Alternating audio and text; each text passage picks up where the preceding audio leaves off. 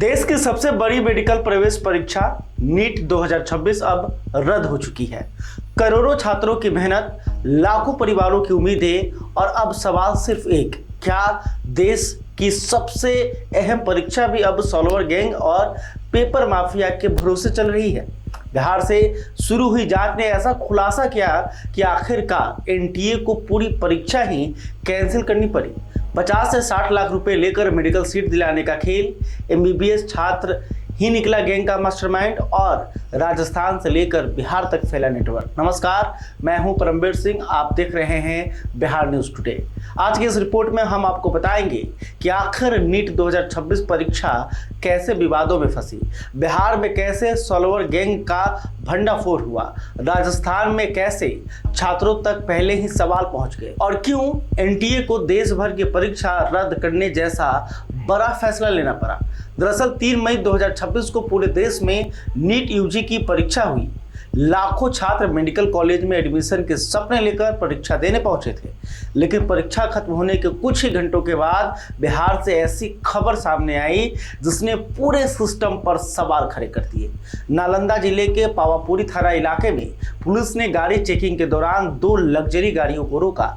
Police को शक हुआ क्योंकि दोनों गाड़ियां चेकिंग देखकर भागने की कोशिश कर रही थी। घेराबंदी हुई और 3 लोगों को पकड़ लिया गया। इनमें सबसे बड़ा नाम था अवधेश कुमार, जो खुद VIMS मेडिकल कॉलेज का एमबीबीएस सेकेंड ईयर का छात्र निकला। जब पुलिस ने गाड़ी की तलाशी ली तो डैशबोर्ड के नीचे से नोटों की गड्डियां बरामद हुई। शुरुआत में आरोपियों ने पैसे का सही जवाब नहीं दिया, लेकिन असली कहानी तब खुली जब पुलिस ने मोबाइल फोन चेक किया। मोबाइल में नीट, AEO और दूसरी प्रतियोगी परीक्षाओं के एडमिट कार्ड मिले। अभ्यर्थियों के साथ चैट, पैसे के लेन देन के सबूत और सॉल्वर बैठाने की पूरी तैयारी सामने आई। यहीं से पुलिस को समझ में आ गया कि यह कोई छोटा मोटा फर्जीवाड़ा नहीं बल्कि संगठित परीक्षा माफिया का नेटवर्क है। जांच में खुलासा हुआ कि यह गैंग नीट पास कराने के लिए एक छात्र से 50 से 60 लाख रुपए तक वसूलता था। पहले 1.5 से 2 लाख रुपए एडवांस लिए जाते थे, फिर असली कैंडिडेट की जगह परीक्षा केंद्र पर सॉल्वर बैठाने की तैयारी होती थी। यानी मेडिकल कॉलेज में दाखिले का सपना अब मेहनत नहीं बल्कि पैसे और नेटवर्क के दम पर बेचा जा रहा था। पूछताछ में पुलिस को पता चला कि इस पूरे नेटवर्क का मास्टरमाइंड उज्जवल उर्फ राजा बाबू है, जो खुद पावापुरी मेडिकल कॉलेज का छात्र है। उसके साथ उसका मौसेरा भाई अमन कुमार सिंह भी जुड़ा हुआ था। दोनों हॉस्टल में साथ रहते थे और वहीं से यह नेटवर्क ऑपरेट किया जा रहा था। सबसे चौंकाने वाली बात यह रही कि मेडिकल पढ़ रहे छात्र ही दूसरे छात्रों को फर्जी तरीके से मेडिकल कॉलेज पहुंचाने का धंधा चला रहे थे। इसके बाद नालंदा साइबर DSP की सूचना पर मुजफ्फरपुर, औरंगाबाद, जमुई समेत कई जिलों में छापेमारी शुरू हुई। जिला स्कूल और मुखर्जी सेमिनरी परीक्षा केंद्र से भी संदिग्ध परीक्षार्थियों को पूछताछ के लिए उठाया गया। पुलिस ने कुल 7 लोगों को गिरफ्तार किया। इनमें डॉक्टर का बेटा हर्षराज भी शामिल था। सभी आरोपियों को कोर्ट में पेश कर जेल भेज दिया गया, जबकि कई आरोपी अब भी फरार बताए जा रहे हैं। पुलिस का कहना है कि यह नेटवर्क और बड़ा हो सकता है, लेकिन कहानी सिर्फ बिहार तक सीमित नहीं रही। इसी बीच राजस्थान से भी बेहद गंभीर जानकारी सामने आई। वहां कई छात्रों के पास हाथ से लिखा हुआ एक गेस पेपर मिला, जिसके सवाल असली नीट परीक्षा से मैच कर रहे थे। राजस्थान SOG ने देहरादून, सीकर और झुंझुनू में कार्रवाई करते हुए 13 संदिग्धों को हिरासत में लिया। जांच में सामने आया कि 720 में से लगभग 600 नंबर के सवाल परीक्षा से पहले छात्रों तक पहुंच गए। बताया जा रहा है कि यह गेस पेपर 1 मई को केरल के एक मेडिकल छात्र ने सीकर में अपने दोस्त को भेजा था। छात्रों तक जो क्वेश्चन बैंक पहुंचा, इसमें 300 से ज़्यादा सवाल थे और करीब 150 सवाल हूबहू परीक्षा में आ गए।